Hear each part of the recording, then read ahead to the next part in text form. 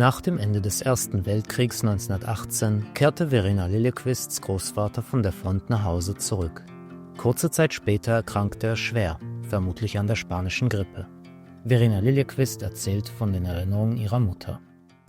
Und bis zuletzt hat ihm auch ein Arzt nicht mehr helfen. Und dann ist er im August 21 ist schon gestorben, nach langer Krankheit.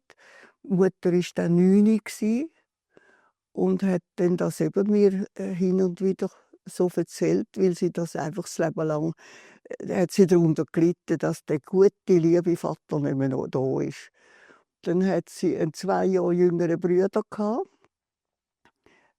der Jakob, der war dann 7 und kurz nach der Beerdigung, wo die traurigste Zeit eigentlich da war in der Familie, hat es geheißen, der käme weg. Die Witwe, meine Großmutter, können die 3 Kinder nicht unterhalten. Sie hat da nicht genug finanzielle Mittel. Und dann hat man ja dort mal so einen Bub verdient. Und dann hat aber der Großvater in Stein, als Stein, hat er gesagt, er nehme zu sich. Der Großvater von dem kleinen 7-Jährigen.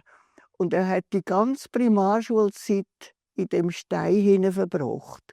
Und ist höchstens für die Ferien, hat er wieder einmal seine eigene Familie gesehen, seine eigene Schwester und Mutter. Und das ist für meine Mutter, sagt mir gesagt, das sei eben gerade noch mal so schlimm gewesen. Der Vater nicht mehr da und ihre 2 Jahre jüngere Brüder auch gerade weg. Trotz der schweren Erlebnisse in ihrer Familie und eigenen Erfahrungen mit späteren Pandemien geht Verena Liljeqvist gelassen mit dem Thema um. Sie erinnert sich noch gut an die asiatische Grippe und die Hongkong-Grippe. Da hat man noch nicht geredet von einer asiatischen Grippe. Ich habe einfach wahrscheinlich ich habe ein paar Tage gefehlt oder eine Woche oder so, Fieber, vielleicht Husten und so Sachen. Im Fall konnte ich nicht arbeiten und nicht in die Schule.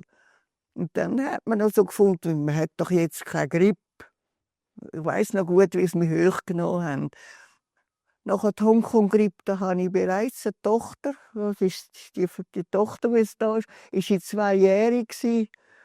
Und die hat es dann auch bereicht irgendwie und mein Mann auch. Aber ich habe es, glaube ich, hier nicht bekommen. Ich habe jetzt auch Covid eigentlich nicht bekommen. Nicht, dass ich jetzt das vernütele, aber es ist einfach schon mehrmals gehabt. Oder also ich habe gewusst, entweder bereicht es einem oder es bereicht einem nicht. Man kann probieren, isolieren. Aber die eine hat auch das nicht genützt. Ein bisschen machtlos eigentlich.